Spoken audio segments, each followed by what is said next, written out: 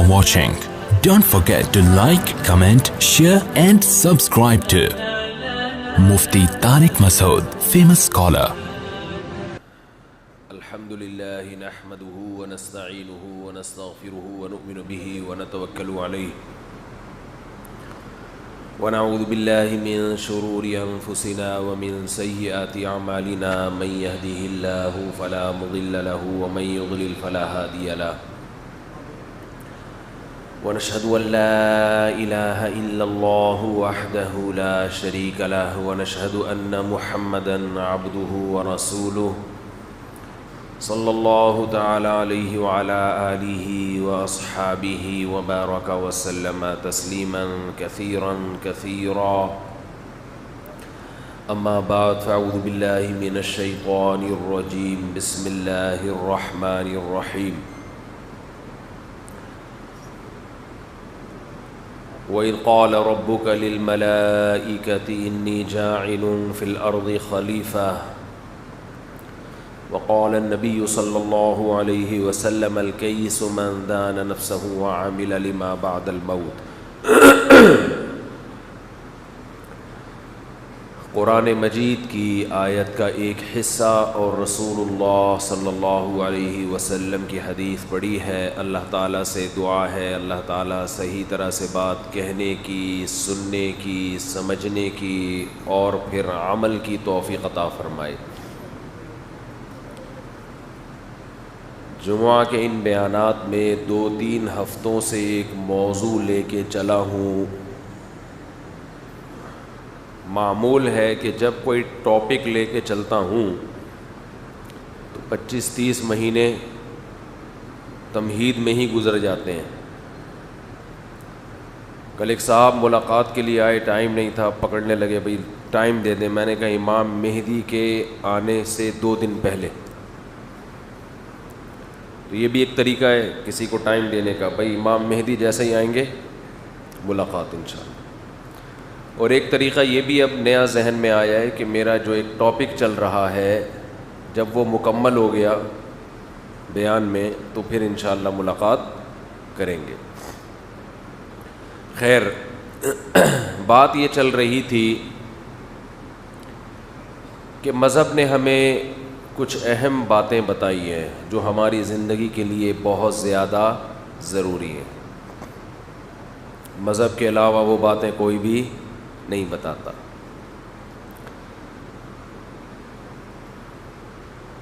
تو مذہب کے علاوہ ان باتوں کا جواب کہاں سے ملتا ہے؟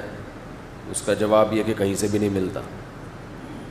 جب جواب ملتا ہی نہیں ہے تو پھر ایسے ہی زندگی ہوتی ہے جیسے گدھے کا کوئی باپ نہیں ہوتا، تو پھر ایسی زندگی ہوتی ہے. تو کچھ بہت اہم پوائنٹ کی باتیں ہیں جو مذہب نے ہمیں بتائیں، لیکن ایک مسئلہ یہ ہے ہماری قوم کا، بلکہ یہ انسانیت کا مسئلہ ہے. جس آدمی کو اپنا دعویٰ درست ثابت کرنا ہوتا ہے وہ دلیل کو نہیں دیکھتا، بلکہ وہ یہ دیکھتا ہے جس طرح سے بھی میری بات کا لوگوں پہ اثر ہو جائے میں وہ دلیل اس کے خلاف دے دوں، چاہے حقیقت میں اس میں دلیل کا عنصر ہو یا نہ ہو. جیسے یہ جو مذہب کے خلاف لوگ ہیں نا، جو سرے سے مذہب کو مانتے ہی نہیں ہیں، میں ان کی اسپیچز بھی کبھی کبھار سنتا ہوں. ایتھیس یہ ایک دلیل دیتے ہیں کہ دیکھو یہ مذہبی لوگ آپس میں کتنا لڑتے ہیں. یہ مذہبی لوگ یہ خود ایک بات پہ جمع نہیں ہیں. یعنی وہ لوگ جو خدا کو ماننے والے ہیں، خدا کو بولو نا، ماننے والے ہیں، وہ خود ایک بات پر متفق نہیں ہیں.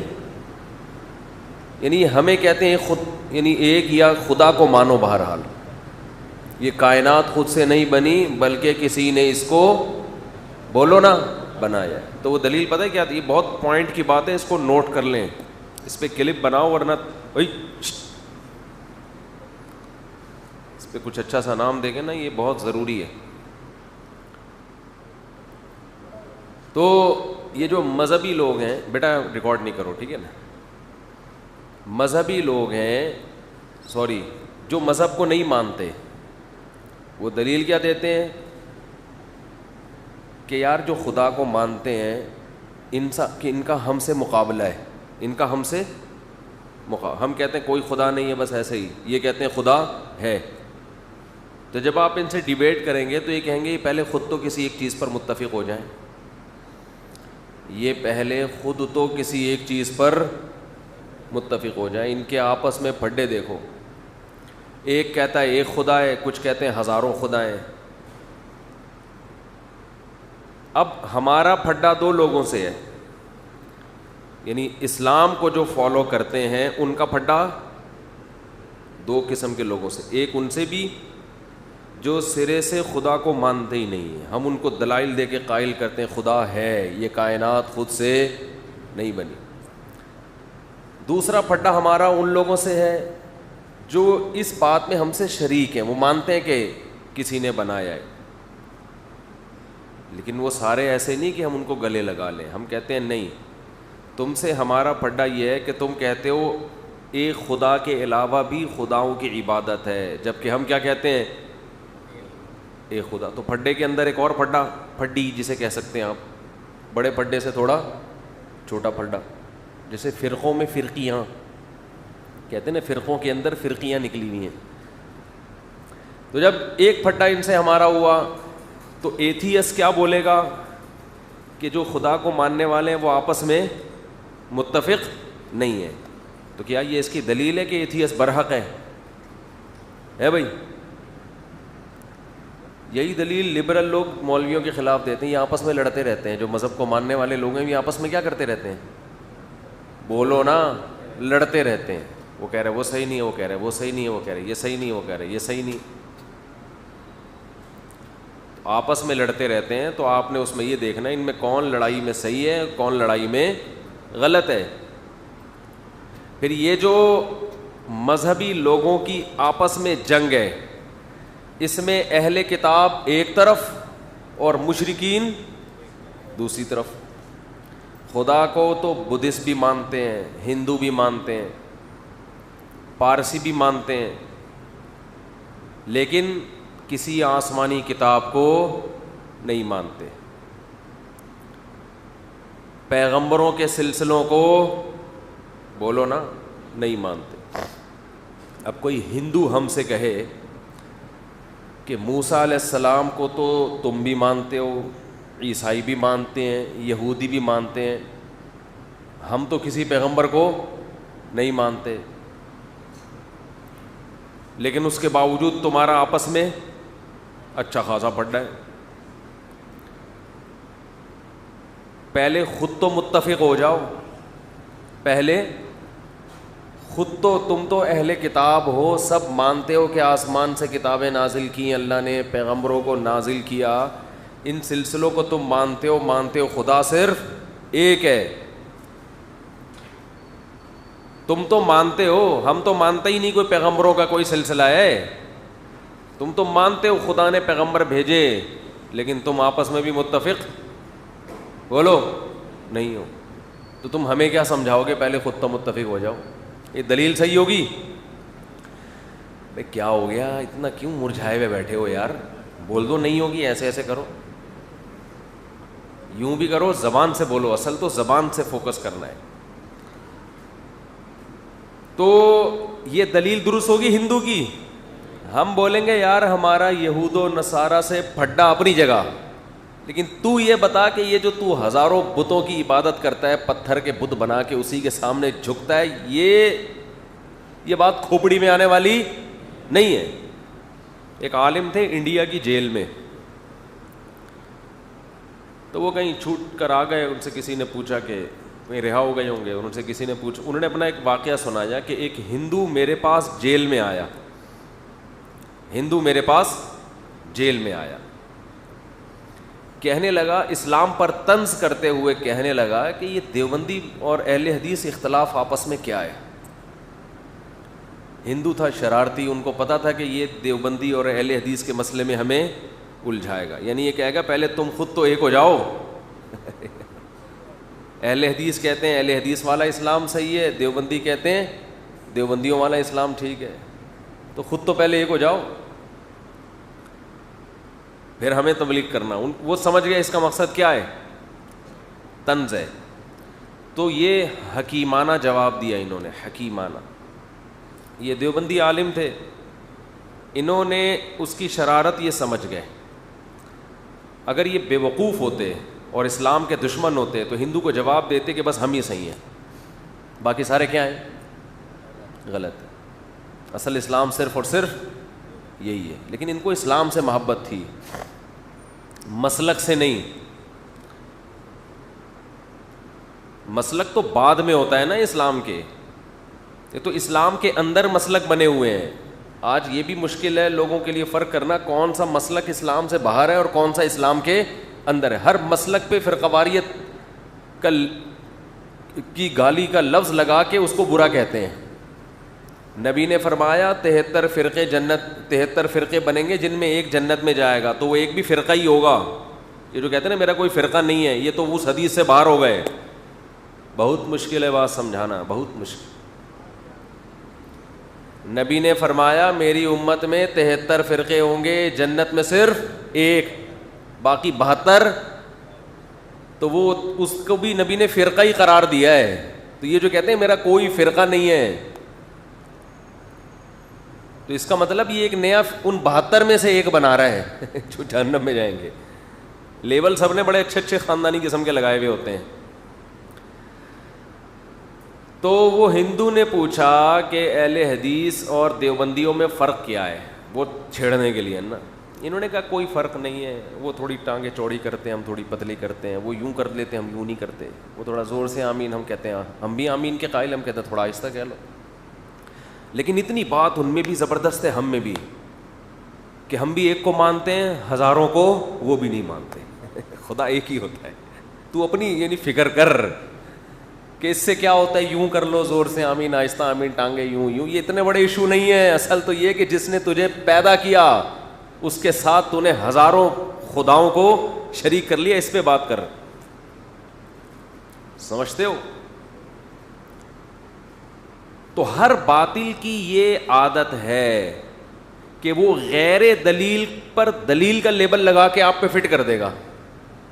جو چیز دلیل نہیں ہوتی اس کو خود سے دلیل قرار دے کر آپ کے خلاف اس کو میدان میں یعنی ڈیبیٹ کے دوران اس کو لے آئے گا. جیسے ایتھیس یہ کہتے ہیں یہ مذہبی لوگوں میں اتنی جنگیں ہوئی ماضی میں, یہ آپس میں لڑتے ہیں, ہندوؤں کی لڑائیاں ہوئی مسلمانوں سے, مسلمانوں کی ہوئی, مسلمان کہتے تھے ہم برحق, ہندو کہتے تھے ہم ٹھیک ہیں.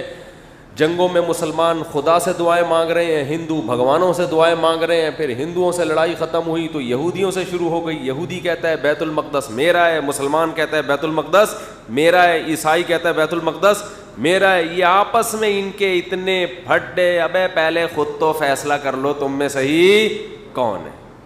اور جو مکھنچو قسم کے لوگ دیکھ رہے ہوتے ہیں کہتے ہیں واقعی یار یہ دلیل تو آج تک کسی نے بتائی نہیں.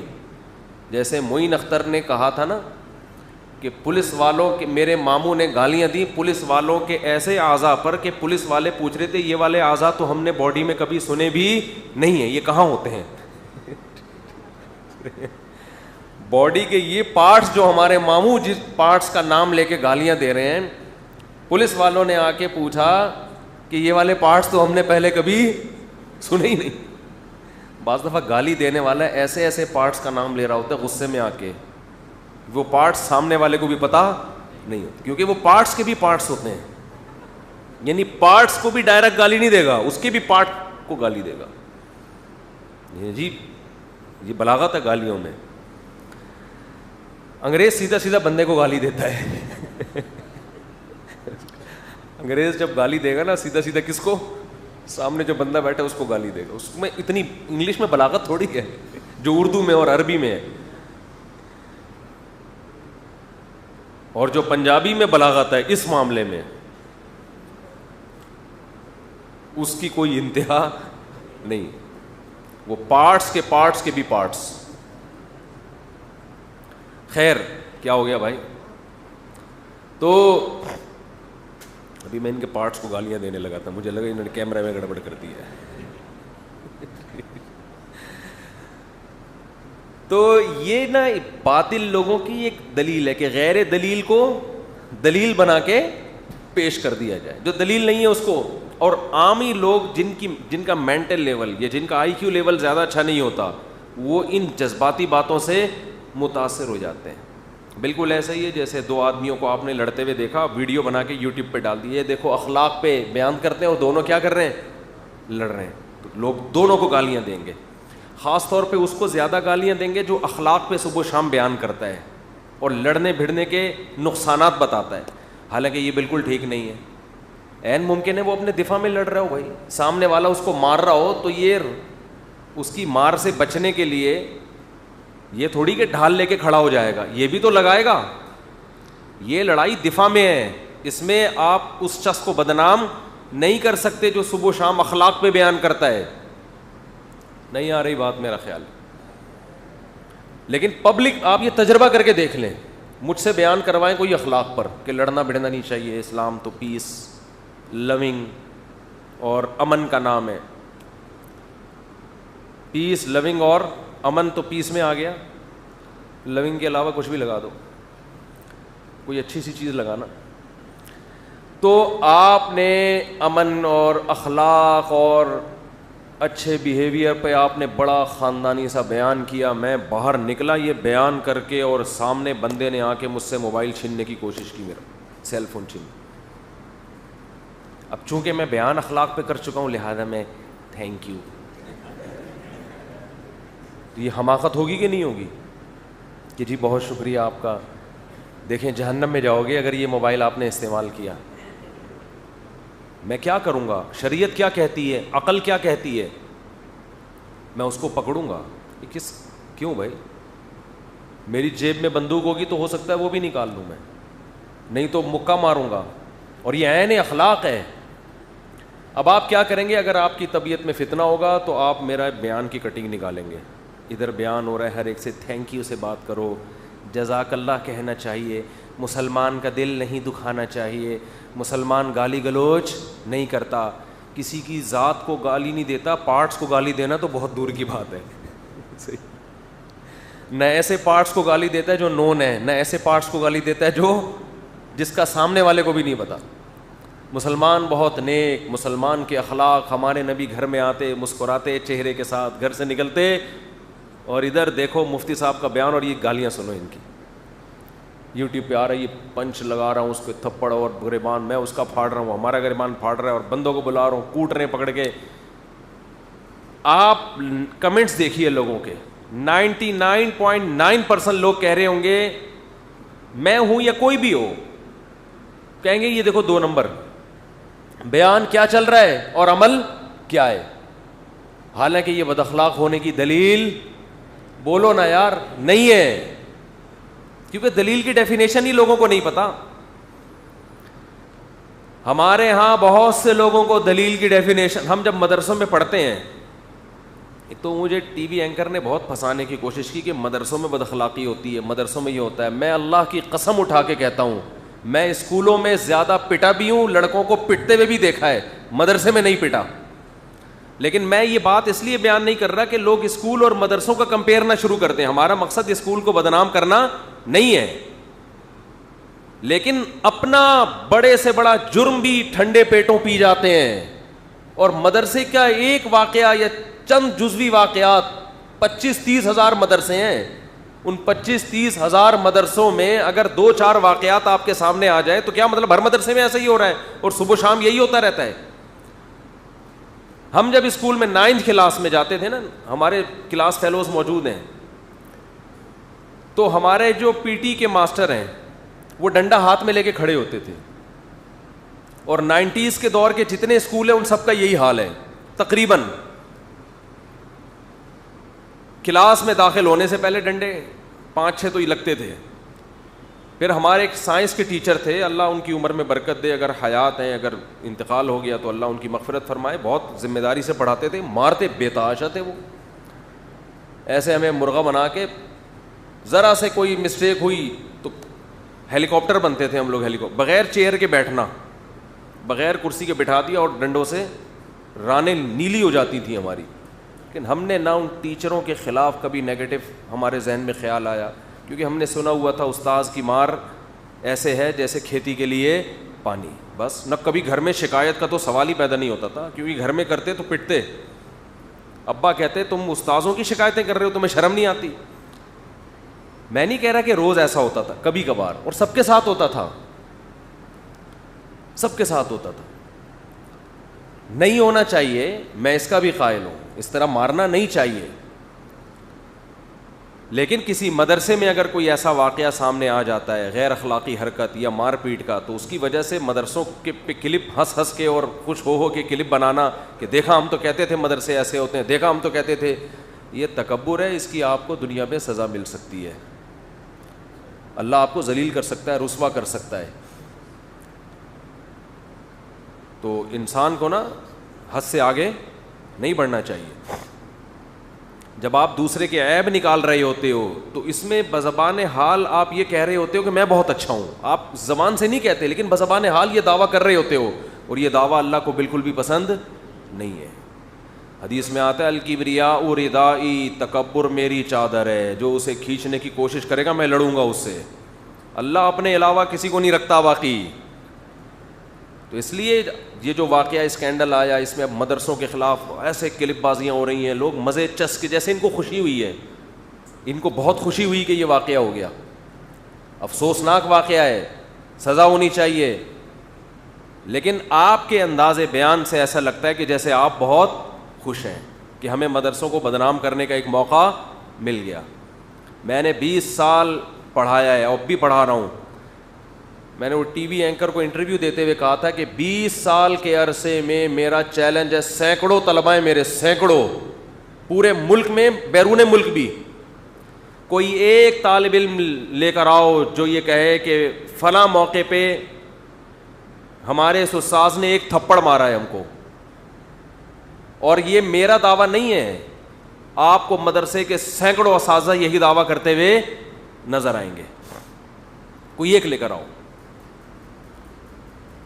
تو اور ہم نے جن اساتذہ سے پڑھا وہ ادھر ہی مدرسوں کے ہی فارغ ہیں, انہوں نے بھی ہمیں کبھی نہیں مارا, وہ انہی مدرسوں سے فارغ ہیں. جامعہ فاروقیہ, کچھ بنوری ٹاؤن سے, کچھ دارالعلوم کرنگی سے, کچھ جامعہ اشرفیہ لاہور والا, تو انہی مدرسوں سے فارغ ہیں. جو اور میں جب مدرسے گیا تو میں نے اپنے اسکول کے ٹیچرز کے اخلاق کو بھی دیکھا اور مدرسے کے ٹیچرز کے. زمین آسمان کا فرق تھا علماء کے اخلاق میں اور اسکول ٹیچرز کے. وہ بھی اچھے تھے, میں نہیں کہہ رہا وہ خراب تھے, وہ میرے لیے قابل احترام ہے. لیکن جو ہم نے ایمانداری اور اخلاق مدرسے کے اساتذہ میں دیکھا وہ ہمیں اسکول میں نظر. اسکول میں ایسے ٹیچرز بہت تھے جو بد اخلاقی سے بات کرتے تھے, مدرسے میں ہمیں ایک بھی نظر, مجھے کم از کم ایک بھی نظر نہیں آئے. میں جب گیا نا مدرسے کا پہلا دن تھا تو ہمارے ٹیچر ایسے بات کرتے تھے, آئیے بیٹھیے کھائیے, اس طرح کے الفاظ میں ایسی شائستگی تھی ان کے. اور ذمہ داری سے پڑھانا. تنخواہیں کتنی؟ تنخواہیں انتہائی معمولی, انتہائی معمولی. جو کہتے ہیں نا بعض لوگ الزام لگاتے ہیں علماء بزنس کلاس میں سفر کرتے ہیں, یہ ہزاروں میں لاکھوں میں چند ہوتے ہیں جن کا اللہ نے کوئی کاروبار میں برکت دی ہوتی ہے. یہ لاکھوں میں چند ہوتے ہیں. 99% علماء جو مدرسوں میں پڑھا رہے ہیں ان کی تنخواہیں 10,000 8,000, جس میں پورے پورے گھر چلا رہے ہوتے ہیں وہ. یہ فیسلٹی گورے کے پاس نہیں ہے.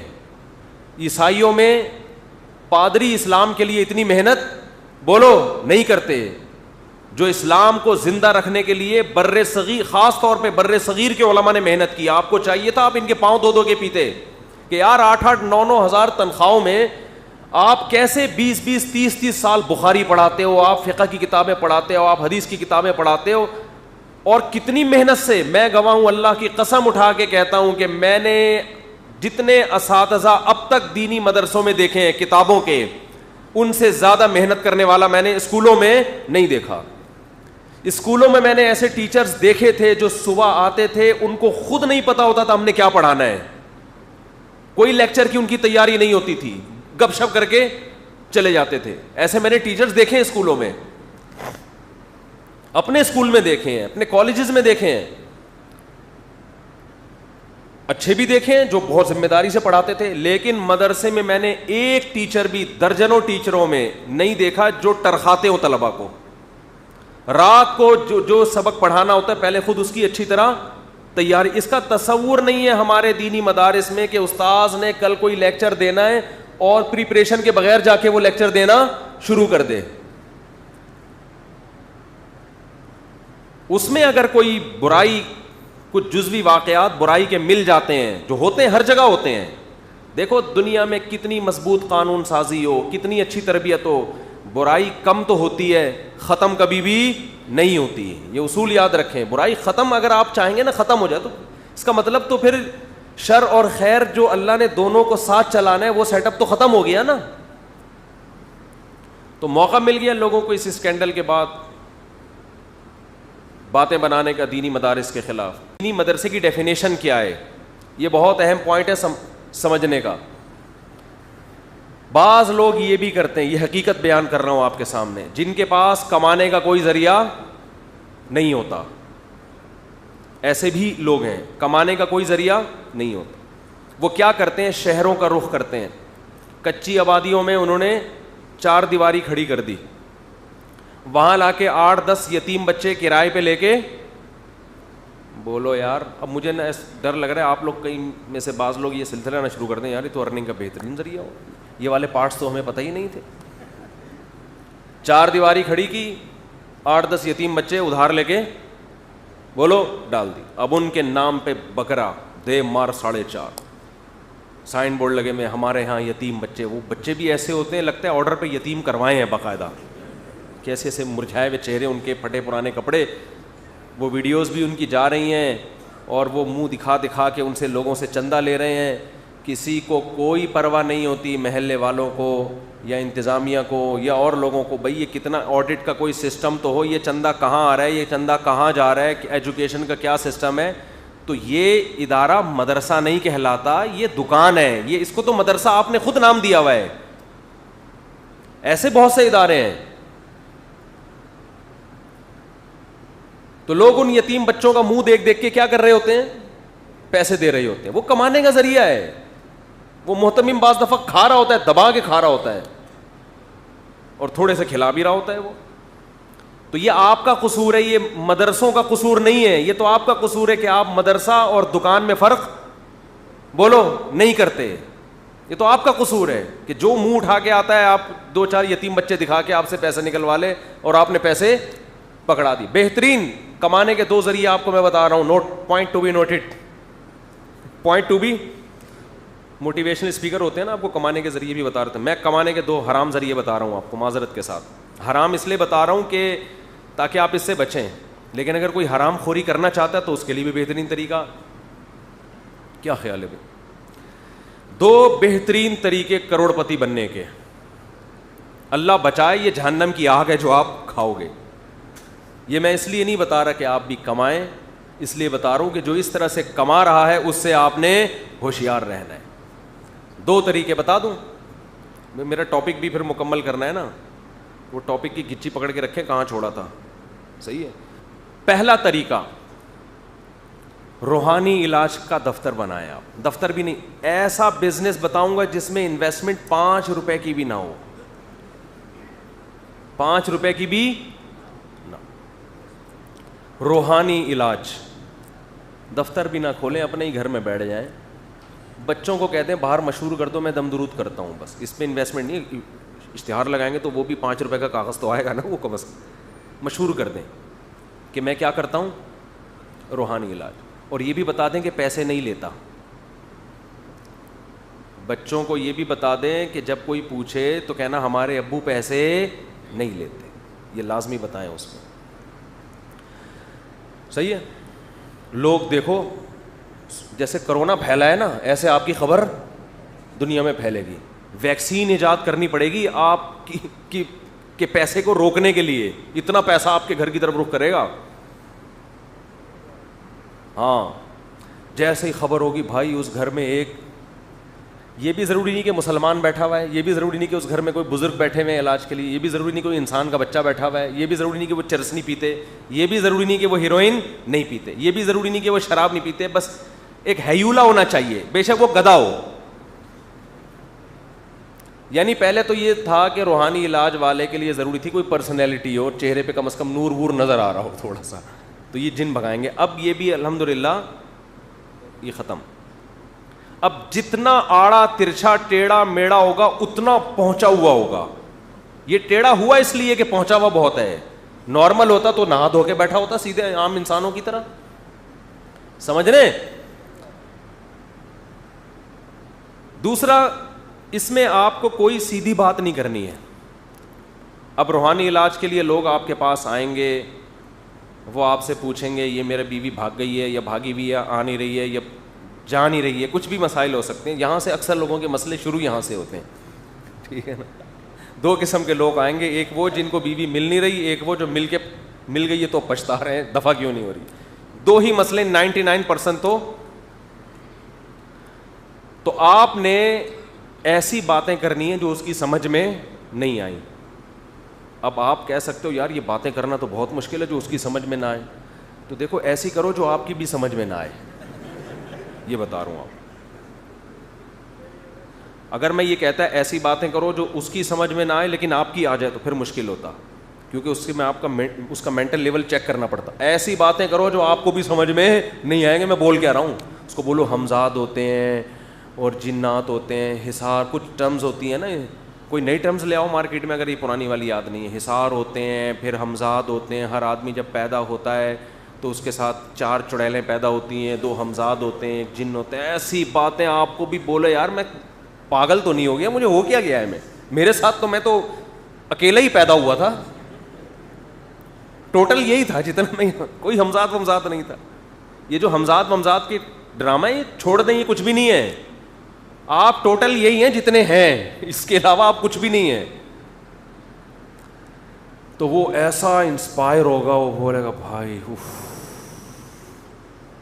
حضرت کو اللہ نے, او بھائی بہت یار, کیونکہ ایک لفظ بھی سمجھ میں نہیں آ رہا, اس کا مطلب بہت ہی پہنچے ہوئے ہیں, تبھی تو سمجھ میں نہیں آ رہا. اب آپ نے کیا کرنا ہے, تعویذ کیسے بنانا ہے. کاغذ کا خرچہ بھی نہیں کرنا, اپنے بچوں کی اسکول کی کاپیاں کیوں پھاڑ کے خراب کریں بھائی, سیدھی سی بات ہے. اس کو بولو بھائی کاغذ خود لے کر آؤ, پین بھی اسی سے منگوائیں, بولیں آپ کے کاغذ اور آپ کے قلم میں جو تاثیر ہے وہ اس قلم میں نہیں ہے. اس کے بعد آپ نے کیڑے مکوڑے بنانے یوں کر کے, یوں گھمایا 3 دفعہ, یوں گھمایا 3-4 دفعہ, یوں کیا. اور اگر آپ کو لکھنا پڑھنا آتا ہے تو اس میں اللہ کا نام لکھ دیں آپ, یا اللہ مدد. اس میں تعویذ بھی توحیدی بن جائے گا, شرک کی بو بھی کیا ہو جائے گی, ختم ہو جائے گی. یا اللہ مدد لکھ دیا اور کچھ بھی لکھ دو, اس نے کون سا پڑھنا ہے, اس کو بتاؤ کھولنا نہیں ہے. اس میں آپ لکھ دو 3 دفعہ الو کے پٹھے, حقیقت بتا رہا ہوں, لوگ نہیں دیکھتے. اس میں آپ اس کے ایسے پارٹس کا نام لکھ دو جو اس کو بھی معلوم نہیں ہے, اور ان پہ گالیاں لکھ دو آپ, اور اس کو آپ پیک کر کے دو. بولو بھائی یہ آپ نے ہے سمندر میں نہیں پھینکنا, وہ کوئی ایسی چیز بتاؤ جو بہت اس کو لگے کوئی عجیب سی. کس کے نیچے؟ بیڈ کے نیچے. بیڈ کے نیچے بھی رکھ سکتے ہیں. اس کو آپ پانی میں گھول کے صبح شام 7 دفعہ پی سکتے ہیں. کچھ بھی بھائی سوچ کے تھوڑی بولنا ہے, میں سوچ کے بولوں گا پھر تو کوئی چیز سمجھ میں آئے وہیں پھینک دو, جو بھی سمجھ میں آ رہا ہے پھینک دو. اس کے بعد کیا ہوگا, اسے یہ وہم ہو جائے گا کہ میں ٹھیک ہو رہا ہوں, اسے کیا ہو جائے گا وہم. اور آپ نے اس کو یہ کہنا ہے پیسے میں نہیں لیتا, جیسے ہی پیسے دینا شرم نہیں آتی, بابا کو پیسے دیتے ہو. میں آپ سے بتا دوں, دیکھو 1-1.5 سال انتظار کرنا پڑے گا, اس کے بعد آپ کی 4 شادیاں بھی یہیں سے ہوں گی. عورتیں آئیں گی جو آپ کو ان میں پسند آئے گی نا, آپ اس کو بولو گے کہ اس کا حل ہی یہی ہے کہ بابا سے شادی کر لو, اور وہ کرے گی آپ سے. روحانی علاج والوں نے بہت عورتوں کو بیوقوف بنا کے ان سے شادیاں کی ہیں, بہت عورتوں, کیونکہ یہ خود یہ کام کرتے ہیں تو الزام میرے اوپر ڈالتے ہیں. ایک وہ کلپ چلا دیا تھا نا ایک نے, مفتی صاحب نے ایک کو پھنسا کے شادی کی, پتہ نہیں وہ کہاں ہے پھنسی ہوئی یار, ہمیں مل نہیں رہی.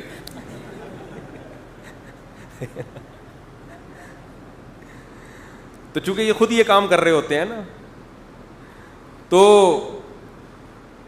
دیکھو آپ نوٹ چھاپنے کی مشین نہ بنو تو میرا نام بدل دینا. آپ ایسا پیسہ آئے گا کہ آپ آگے بھاگ رہے ہوگے, پیسہ آپ کے پیچھے, اور عزت بھی آپ کے پیچھے پیچھے. پیر صاحب بنو گے بھائی آپ, پیر صاحب.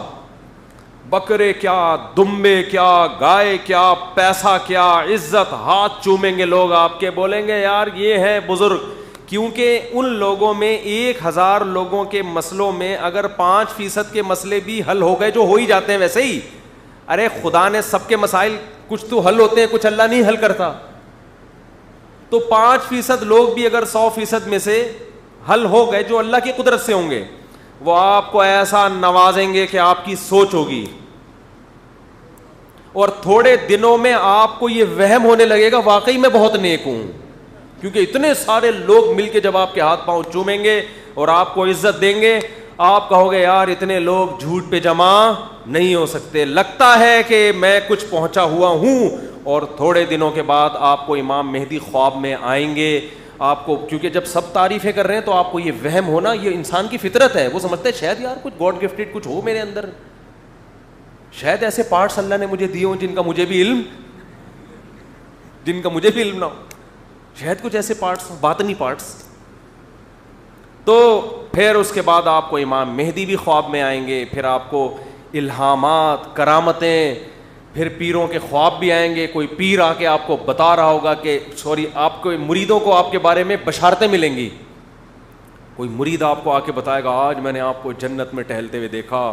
پھر آپ بیان میں بتائیں گے اس نے خواب دیکھا ہے, میں نہیں بتا رہا, اس نے دیکھا, لیکن میں تو خاکسار, ٹھیک ہے نا, میں تو تواضع. انہوں نے دیکھا آج ان کو نبی کی زیارت, تو آج ان کو بزرگ کی زیارت, آج ان کو امام ابو حنیفہ کی زیارت, آج ان کو امام بخاری کی زیارت. وہ میرے بارے میں یہ کہہ رہے تھے, میں نہیں کہہ رہا, یہ کہہ رہا ہے اس نے خواب دیکھا ہے. یہ ہو رہا ہے, آپ اس کو مذاق نہ سمجھیں. اسی طرح ہوتا ہے یہ, اس بزرگ کو اپنے بارے میں وہم واقعی ہوتا ہے کہ میں بزرگ ہوں, یہ واقعی ہونا شروع ہو جاتا ہے, اور پھر وہ اپنی اوقات بھول جاتے ہیں. وہ یہ نہیں دیکھتے کہ میں فجر کی نماز پڑھ رہا ہوں کہ نہیں پڑھ رہا, وہ یہ نہیں دیکھتے کہ میں ظہر کی نماز جماعت سے پڑھ رہا ہوں کہ نہیں پڑھ رہا, وہ یہ نہیں دیکھتے کہ میں کس طرح بے پردہ عورتوں میں آ کے بیٹھتا ہوں. سارے شریعت کی اصول کی دھجیاں اڑانے والے کام ہوں گے, لوگوں پہ ظلم, غیبتیں, بہتان. کوئی ایک کام شریعت کے مطابق حضرت جی کا نہیں ہوگا, لیکن ان کو وہم ہوگا کہ میں پہنچ گیا ہوں. اور پھر ایک دن ایک مرید آئے گا, وہ حضرت کو بتائے گا حضرت میں نے خواب میں دیکھا کہ میری انگلیاں گندگی میں اور آپ کی انگلیاں شہد میں, اور آپ جوش میں آ کے کہیں گے یہی فرق ہے مجھ میں اور تم میں, تمہاری انگلیاں کس میں, گٹر کی نجاست میں, اور میری شہد. وہ کہے گا حضرت خواب کمپلیٹ ہونے دیں ابھی. آپ پوچھیں گے کیا, تو وہ کہے گا میری انگلیاں آپ چاٹ رہے ہیں, آپ کی انگلیاں میں چاٹ رہا ہوں.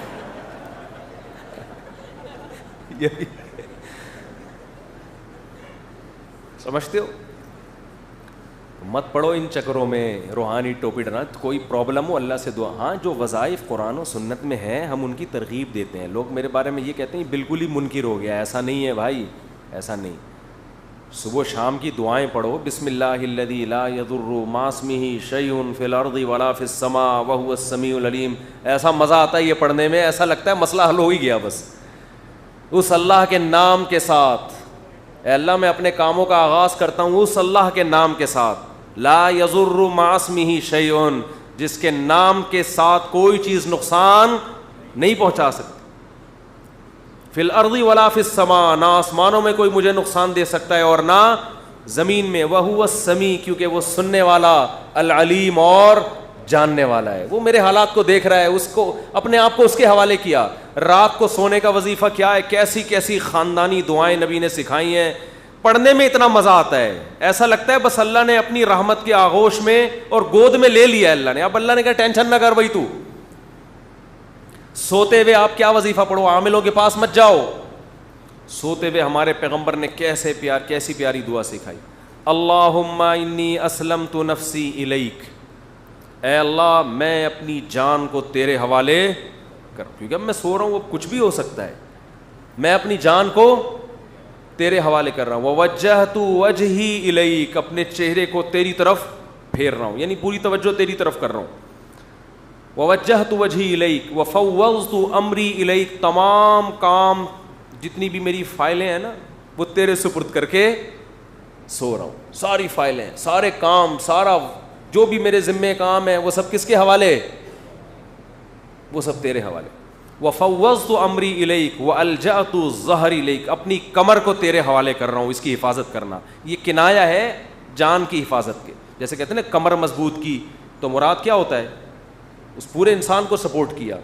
والجأت ظہری الیک لا ملجأ ولا منجا منک الا الیک, اے اللہ اگر تو مجھے کوئی مصیبت دینا چاہے, جو انسان بھی نقصان پہنچا رہا ہے تو اس میں اللہ کے ارادے کا دخل ہے, تو اے اللہ کسی بھی طرح سے اگر تو مجھے نقصان پہنچانا چاہے تو تیرے نقصان سے بچنے کے لیے بھی راستہ تیرے ہی پاس ہے, پناہ گاہ بھی تیرے ہی پاس ملے گی. دیکھو کوئی دشمن آ رہا ہے بندوق ہاتھ میں لے کے, آپ کو پتا ہے فائر کرے گا, مارے گا, تو آپ دوسری طرف بھاگو گے یا اسی دشمن کی طرف بھاگو گے؟ دوسری طرف بھاگو گے. آپ کو پتا ہے جو مارتا ہے وہ پناہ نہیں دیتا, تو اللہ سے کہا جا رہا ہے اللہ اگر تو ہمیں نقصان پہنچانا چاہے گا تو ہم کسی اور طرف بھاگ بھی نہیں سکتے, بھاگ کے آنا بھی ہم نے کس کے پاس ہے, تیرے پاس ہی ہے, بچائے گا بھی تو ہی. تو بھاگنے کی جگہ, نجات کی جگہ تیرے علاوہ کسی کے پاس نہیں ہے. آمنت بکتابک الذی انزلتا, پھر اپنے ایمان کو تازہ کر کے انسان سوتا ہے, اے اللہ میں ایتھیس نہیں ہوں کہ جو خدا کو نہیں مانتے, اور میں اہل کتاب میں سے نہیں ہوں جو تیری آخری کتاب کو نہیں مانتے. آمنت بکتابک الذی انزلتا, جو کتاب تو نے آسمان سے اپنے بندوں کی ہدایت کے لیے نازل کی ہے جسے قرآن کہا جاتا ہے, میں اس پر ایمان رکھتا ہوں. وَنَبِيِّكَ الَّذِي أَرْسَلْتَ, اور اس نبی پر بھی ایمان رکھتا ہوں جو تو نے بھیجے تھے. تمام باطل ادیان سے برات کا اعلان کر کے انسان سوتا ہے. آپ صلی اللہ علیہ وسلم نے فرمایا اس حالت میں موت آئی تو مات علی الفطرہ کما قال, فطرت پہ, اسلام پہ, نیچر پہ موت آئے گی. اور پھر نبی نے فرمایا کس طرح, دائیں کروٹ پہ سونا ہے. دائیں کروٹ پہ آپ صلی اللہ علیہ وسلم سونے کی ابتدا کرتے تھے. لوگ کیسے چت پڑے ہوئے ہوتے ہیں, تو روحانی عاملوں کے پاس جاؤ گے تو تمہیں الٹی سیدھی چیزوں میں لگاتے ہیں. خیر یہ پیسہ کمانے کا کون سا طریقہ ہو گیا, ایک پہلا طریقہ, اس طرح سے آپ کما سکتے ہیں. دوسرا طریقہ, آپ نے کیا کرنا ہے, 2-3 یتیم بچے ادھار, اس میں تھوڑی محنت زیادہ ہے. 2-3 یتیم بچے کسی سے کیا لینے, بے شک یتیم نہ بھی ہو, باپ زندہ ہو, ادھار لے لو چند دنوں کے لیے. اور ایسے لوگ تلاش کرو جو ادھار دینے کے لیے بولو بھائی ہم یہ ادارہ کھول رہے ہیں, اس میں آپ کے سچی مچی کے نہیں مل رہے تو جھوٹی موٹی کے کچھ دنوں کے لیے ہمیں دے دو. وہ دے گا نہیں تو آپ اس کو بھی بول دو یار جب پیسہ آئے گا تو تھوڑا سا تمہارا بھی کمیشن ہوگا اس میں,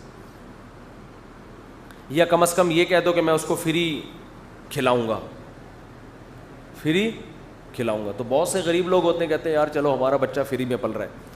اس کے بعد آپ نے قبضے کی زمین, اس میں قبضے کی بھی چلتی ہے کیونکہ پھر لوگ لڑتے بھی نہیں ہیں, بولتے ہیں یار ٹرسٹ ہے, اور یتیم بچوں کی شکل دیکھ کے نا قبضہ بھی نہیں چھڑاتے لوگ, کہتے ہیں یار اتنا نیک کام ہو رہا ہے اس میں کون پولیس والوں کا کیوں ساتھ دیں ہم. تو کہیں بھی کسی کی بھی زمین لے لو آپ, اور پھر آپ ان بچوں کے شکل دکھا دکھا کے لوگوں سے بکرے لینا شروع کرو. جب بکرے آئیں تو بکرے کاٹ کے نہیں کھلاؤ, بکرے میں چند بوٹیاں ادھر, باقی سارا کسائیوں سے آپ کے رابطے شروع. صدقے کے بکرے کے جو میں خلاف ہوں اس کی ایک وجہ یہ بھی ہے, خیر اصل وجہ تو وہی ہے جو میں بیان میں ریکارڈ کرا چکا ہوں. اب جناب دے مار 4.5 بکرے پہ بکرا, کیونکہ عاملوں سے بھی آپ کے کنیکشن ہو سکتے ہیں. عامل لوگ بکرے کٹواتے ہیں, کٹے گا کہاں, ادھر ٹھیک ہے نا. عامل لوگ بھی یہی کام کرتے ہیں نا, یہ صدقے کا بکرا کاٹو, یہ کاٹو, یہ کاٹو. تو آپ کا وہ آپ کے ہاں بکروں کی انشاءاللہ, اللہ نہ کرے انشاءاللہ نہیں کہنا چاہیے, لائن لگے گی. پھر بکروں میں کچھ خود بھی کھانا ہے, کچھ مہمانوں کو کھلانا ہے, اپنے آنے والے گیسٹ جو بھی آ رہے ہیں ان کی بھی بکروں کی دعوت. لوگ کہیں گے بھائی ماشاء اللہ اللہ نے ایسا نوازا ہے, حضرت کی سخاوت بھائی ماشاء اللہ ماشاء اللہ. جب بھی مہمان آتا ہے کیا کھلاتے ہیں, بکرے کی بریانی کھلاتے ہیں. کچھ مدرسے کے طلبہ کو آپ نے کھلانا ہے, اور کچھ بکرے کسائیوں سے بولو گوشت بکے گا آپ کا انتہائی مناسب ریٹ پہ. یتیم بچوں کو ہوش ہی نہیں ہوتا کہ ہمارے نام پہ, وہ اس پہ خوش ہوتے ہیں ہمیں گھر میں دال ملتی ہے, یہاں بکرا مل.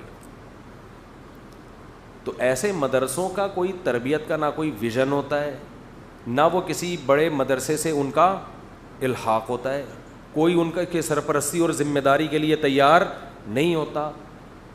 اس طرح کے بہت سارے ہیں. تو ایسے مدرسوں میں اگر کوئی کیس ہوتا ہے تو علماء اس کے ذمہ دار نہیں ہیں, نہ وہاں علماء بیٹھے ہوتے ہیں. اور اگر کوئی کہتا ہے یہ مفتی بیٹھا ہوا ہے یا عالم بیٹھا ہوا ہے, تو کیا دلیل ہے کہ یہ مفتی عالم ہے؟ مفتی عالم کا لفظ اتنا سستا ہے, کہیں بھی جا کے کسی کے بھی لگا دو, کہیں بھی جا کے کسی کے بھی کوئی پوچھنے والا ہمارے ملک میں نہیں ہے. مفتی عبد القوی کو بھی لوگوں نے مفتی کہہ دیا. تو بھائی کون سے ادارے نے ان کو سرٹیفکیٹ دیا ہے مفتی کا؟ کون سے ادارے میں؟ خام خواہ میں. ایک آدمی ڈاکٹروں کو بدنام کرنے کے لیے کہے کہ وہ دیکھو وہ بندہ بیٹھا ہوا ہے اور غلط ٹیکے لگا رہا ہے لوگوں کے, اور ڈاکٹر فلاں نام ہے اس کا.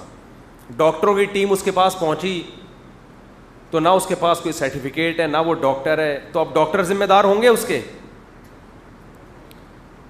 اب لوگ کہیں کہ بھائی لوگ تو فرق نہیں کرتے نا, لوگ تو اس کو بھی ڈاکٹر سمجھتے ہیں اس کو بھی. تو یہ لوگوں کی کا ہیڈک ہے, یہ ڈاکٹروں کا ہیڈک نہیں ہے, یہ لوگوں کا قصور ہے. بہت سے ہم نے جعلی حکیم دیکھے ہیں جو حکیم ہی نہیں ہیں لیکن علاج کر رہے ہیں بیٹھ کے. میں نے بھی اپنا قصہ سنایا تھا, ایک کلینک کھولی بھی یہیں کہیں ہیں, نام نہیں بتاؤں گا. میں چلا گیا, میرا پیٹ ہی ٹھیک نہیں ہو رہا تھا بہت عرصے سے, تو میں ان کے پاس چلا گیا. انہوں نے پتہ نہیں کون سی دوائیں مجھے دیں, میں جانتا بھی تھا ان دواؤں کے بارے میں.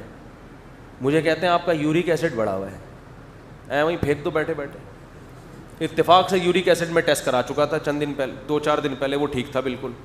ان کو نہیں پتا تھا, وہیں نا, تاکہ انسپائر ہوگا انسان. ارے بھائی ان کو تو یورک ایسڈ کا بھی پتہ ہے یار, یہ تو میڈیکل سائنس بھی پڑھی ہوئی ہے انہوں نے. کہہ رہے ہیں ایکچولی آپ کا یورک ایسڈ بڑھ گیا.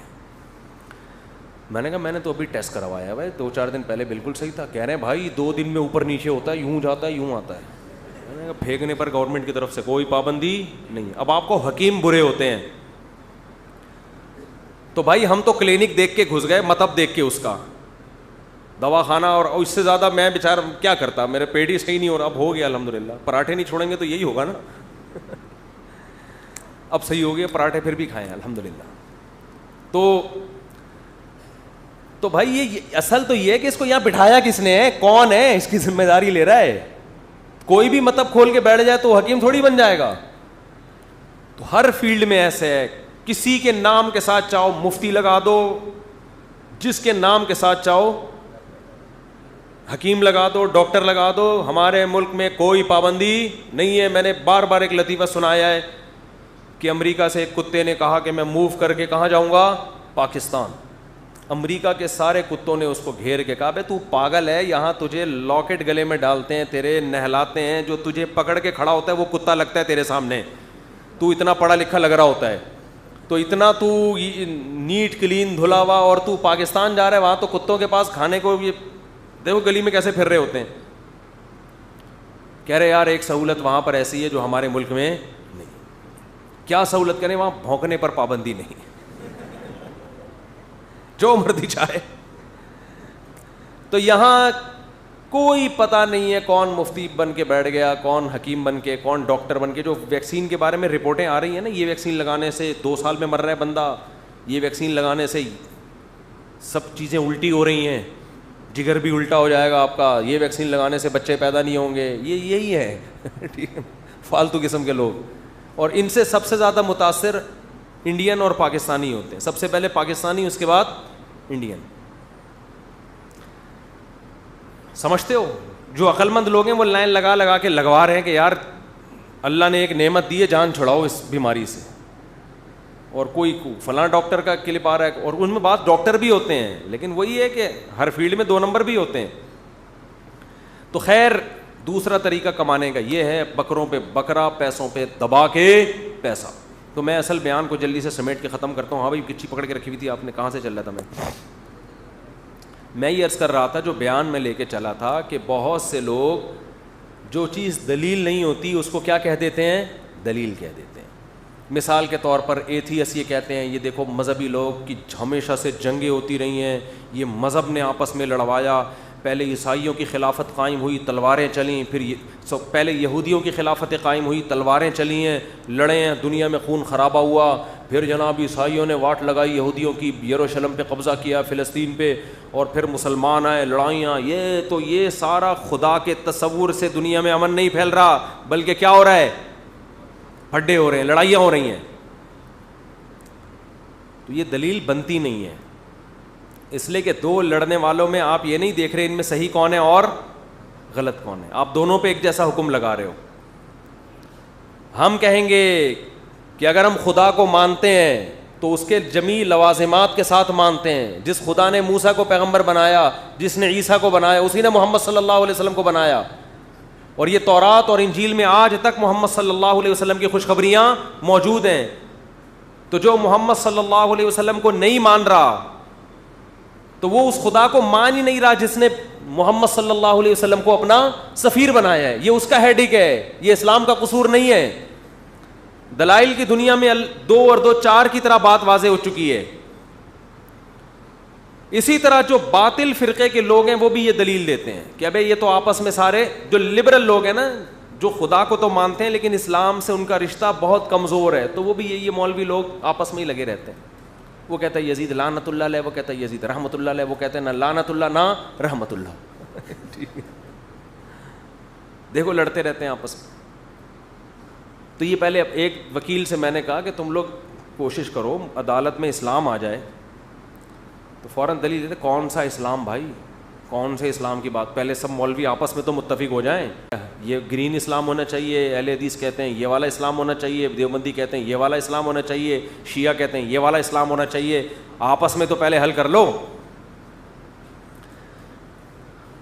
بھائی جب آپ اسلام کو نافذ کرنے کی کوشش کرو گے تو اس پہ بھی آپ ایک کمیٹی بنا سکتے ہو جس میں سلیکٹڈ علماء ہوں, جو پڑھے لکھے علماء ہوں. وہ آپ کو بتائیں گے کون سی چیز اسلام میں ہے اور کون سی چیز اسلام سے باہر ہے. ہر مسئلے کا حل ہو سکتا ہے. آپ نہ پوچھو دیوبندی کیا کہتے ہیں, بریلوی کیا کہتے ہیں, اہل حدیث, آپ ایک خود کمیٹی بنا دو. سعودی عرب میں بھی اسلام ہے یا نہیں ہے, تو ان کو تو کوئی کنفیوژن نہیں ہو رہی. وہاں کی عدالت میں 99%, میں نہیں کہہ رہا 100%, 99% اسلام ہے, ان کو تو کوئی کنفیوژن نہیں ہو رہی. سعودی عرب کی عدالت میں جب آپ کوئی کیس لے کے جاتے ہیں, ایسے وکیل قرآن و سنت سے دلائل پڑھنا شروع کرتے ہیں. وہاں عدالت میں یہ نہیں ہوتا قانون کی کتاب کے صفحہ نمبر فلاں پہ, وہاں یہ ہوتا ہے فقہ یا تو قرآن و سنت سے براہ راست, اور اگر کوئی مسئلہ اختلافی ہے تو فقہ حنبلی کی کتاب ہو, کیونکہ وہاں زیادہ تر لوگ فقہ حنبلی کو فالو کرتے ہیں. اکثریت فقہ حنبلی کو فالو کر رہی ہے, تو انہوں نے کہا جس مسئلے میں اختلاف ہوگا تو وہ کس میں جائیں گے ہم, امام احمد بن حنبل کا جو مسلک ہے اس کے فتویٰ جس پر قول پہ دیا جاتا ہے وہ تو فقہ حنبلی کی کتابیں پیش کی جاتی ہیں, اور وہ کتابیں ان کے آئین میں شامل ہیں, قانون میں شامل ہیں کہ پہلے یہ کتاب, پھر تو وکیل عدالت میں کھڑا ہوتا ہے قرآن لے کے, حدیث لے کر اور فقہ کی کتابیں لے کر, وہ پڑھنا شروع کرتے ہیں, مسئلے حل ہو جاتے ہیں ان کے. دوسری بات یہ ہے کہ یہ جو آپ کہتے ہو کہ یہ گرین چینل کا اسلام الگ, وائٹ کا الگ, اور ان کا الگ اور ان کا الگ, کچھ چیزیں تو سب میں متفق ہیں نا, ان کو نافذ کر دو. کیا خیال ہے بھائی, زنا سب میں کیا ہے, بولو نا, حرام ہے. وائٹ چینل, گرین چینل, اہل حدیث سب کیا کہتے ہیں, عورت کے لیے بے پردگی اسلامی حکومت میں جائز نہیں ہے. ابھی وزیر اعظم نے بڑا خاندانی, اور 2 کام وزیر اعظم نے بہت خاندانی اور شاندار کیے ہیں. ایک ایبسلیوٹلی ناٹ, بہت اپریشیٹ کرنا چاہیے تھا اس پر ملک کے وزیر اعظم کو, لیکن جتنا اپریشیٹ کرنا چاہیے اتنا قوم شاید کر نہیں رہی ہے.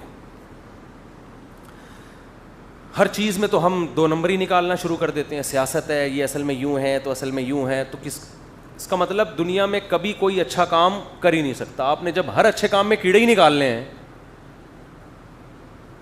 ہر اچھے کام میں کیڑے ہی نکالنے ہیں. بھائی یہ بہت خاندانی لفظ ہے, ایبسلیوٹلی ناٹ, اس کا مطلب ہلکا نہیں ہے, یہ بہت بہت وزنی لفظ ہے. جنرل مشرف کو بھی دھمکی دی گئی تھی, اس وقت انہوں نے ایبسلیوٹلی ناٹ, گھننے بنے ہوئے گھننے, چھوڑو رہنے تو, جیسے چل رہے ہو ٹھیک ہے. دوسرا کام خاندانی جو وزیر اعظم نے کیا, وہ خاندانی کام یہ کہ پردے کے بارے میں ایک زبردست اسٹیٹمنٹ کہ مرد روبوٹ نہیں ہوتا.